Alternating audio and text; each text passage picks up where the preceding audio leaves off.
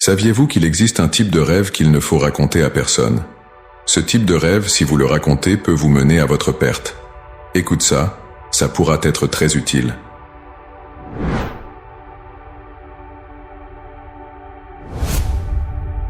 Avant de commencer, je te demande de mettre un j'aime à la vidéo et de commenter dans l'espace commentaire. Ça aide grandement à ce que la vidéo soit vue par un maximum de personnes. Les rêves sont considérés comme une partie importante de la vie spirituelle et peuvent être classés en 3 catégories principales. 1. Les rêves prémonitoires. Ce sont des visions bonnes et réconfortantes qui viennent d'Allah. Ils sont souvent symboliques et nécessitent une interprétation. Un exemple connu est le rêve du prophète Ibrahim, alayhi salam, où il se voyait sacrifier son fils, un rêve mentionné dans le Coran. 2.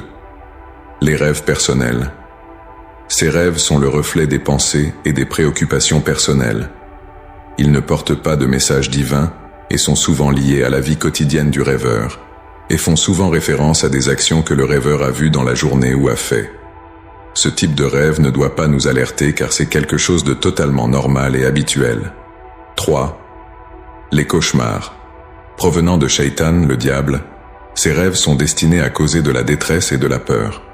Ce type de rêve peut parfois être terrifiant et peut causer même des sueurs froides au rêveur une fois réveillé. Et c'est justement les cauchemars qu'il ne faut surtout raconter à personne, surtout si ce cauchemar est très réaliste et projette un malheur qui se produit sur toi ou sur quelqu'un de ta famille.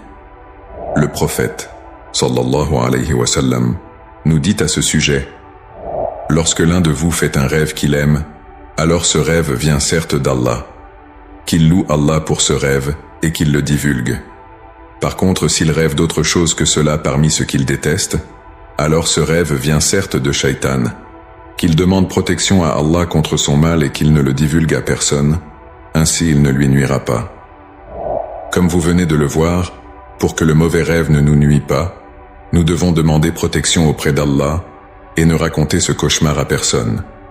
Avez-vous déjà eu un rêve qui semblait si réel que vous vous êtes réveillé en vous demandant s'il avait une signification particulière? Ou peut-être un rêve qui vous a laissé une impression durable tout au long de la journée? Il est conseillé de ne pas se focaliser excessivement sur les rêves, mais plutôt de les considérer comme une partie de notre existence qui peut parfois offrir des aperçus ou des leçons.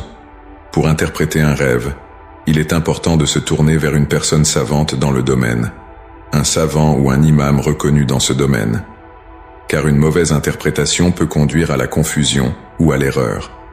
L'interprétation des rêves est un domaine délicat et doit être abordé avec prudence et compréhension.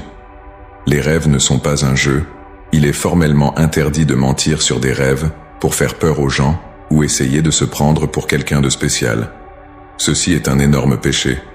J'espère que cette vidéo vous aura été bénéfique, qu'Allah nous guide et nous protège tous.